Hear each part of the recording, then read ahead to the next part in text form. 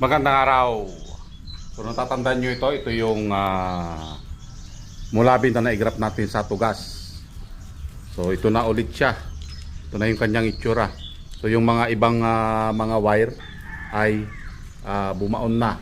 So kailangan nating tanggalin at i-rewire ulit. Okay? So let's start.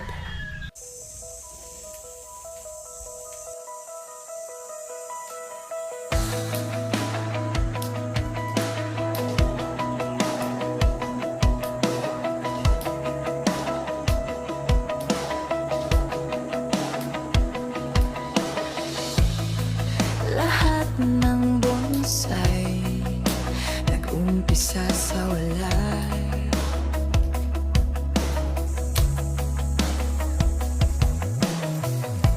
Tahimik sa paso, nakahimlay sa mesa.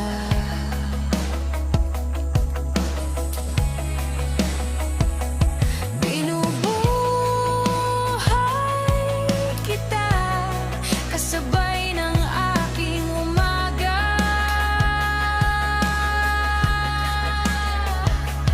Dahan-dahang pag-aruga sa bawat dahon na makita.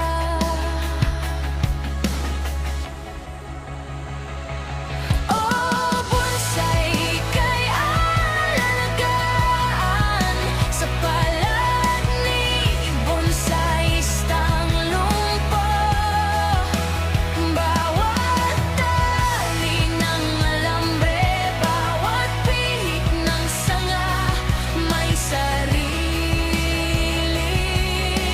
kwento. Matagal ka mang mabuo, hihintayin pa rin kita.